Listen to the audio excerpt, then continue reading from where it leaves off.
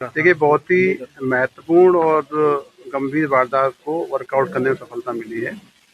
इसमें additional SP अनु बेनीवाल, सुमन गुर्जर, ये सारी टीमें लगातार काम कर रही थी। 29 तारीख को एक अज्ञात महिला का शव मिला था गोलागंज क्षेत्र में।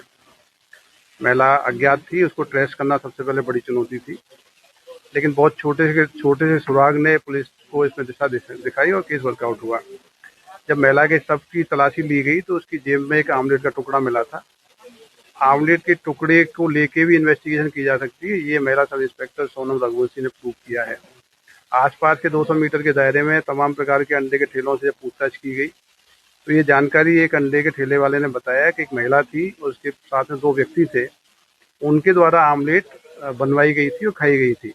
इसके बाद सीसीटीवी जो हमारी टीम काम करती है, देवेंद्र लोधी की टीम, इन्होंने ये निकाला कि वो ठेले के आसपास कैमरे में दिखे हैं तो 2 व्यक्ति और महिला आइडेंटिफाई हुए। उसमें एक व्यक्ति को आइडेंटिफाई करके कस्टडी में लिया गया था, लेकिन उसके बाद भी जो मेन आरोपी का उसका खुलासा नहीं हुआ। सीसीटीएनएस की टीमों ने ये इन्वेस्टिगेट किया कि टीकमगढ़ से उस उम्र की और उस हुलिया की एक युवती गायब हुई थी जो नवंबर में दस्तयाब भी हो गई थी। उसके पति का नाम पप्पू था।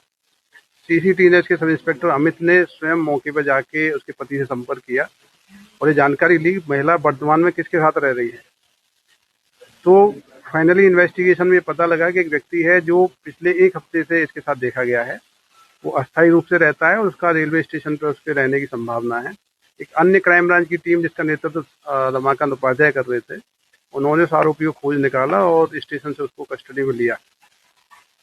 जब सचिन सेन नाम का व्यक्ति है, उसे पूछताछ हुई तो उसने पूरा घटना किया जाना कबूल किया। वो इस महिला से पिछले 7 दिन में संपर्क में आया था, लेकिन उसको ये आशंका थी कि महिला के अन्य व्यक्तियों से संपर्क हो सकते हैं। उसके कारण उसने उस क्षेत्र में ले जाके पत्थर पटक के उसकी हत्या की थी। तो ये टेक्निकल इन्वेस्टिगेशन इनिशियली जब महिला का आइडेंटिफिकेशन नहीं हो रहा था तो इसमें अनु बेनीवाल मैडम ने इसमें एआई का उपयोग करके उसका एक फोटो डेवलप किया था। मिलता जुलता फोटो डेवलप हुआ, उसको भी सर्कुलेट किया गया, उससे भी कई सूचनाएं हम लोगों को मिली थी।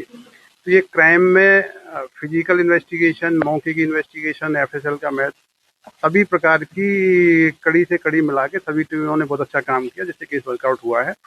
इस केस की इन्वेस्टिगेशन के लिए मुझे लगता है जो आईओ हैं उनको हम पुरस्कार के लिए भी उनका प्रस्ताव भेजेंगे। इसके अलावा आईजी साहब ने भी इस ब्लाइंड मर्डर को सुलझाने के लिए पूरी टीम को 30,000 रुपये का नगद इनाम की घोषणा की है।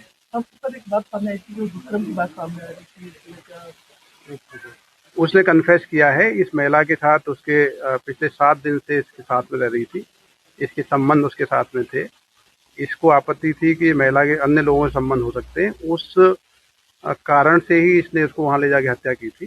तो ये तो सारी चीजें एस्टैब्लिश हो गई। इन्वेस्टिगेशन में सभी एविडेंस कलेक्शन हो रहा है। पता लगी शराब पिलाई थी पहले, उसको जमकर उसके बाद पंजाबी में ये सारी चीजें इन्वेस्टिगेशन में आएंगी। जो मौके से जो एविडेंस मिला है वो आरोपी की जैकेट भी मिली है, कई सारा महत्वपूर्ण एविडेंस पुलिस के पास है जिससे केस एस्टैब्लिश होगा।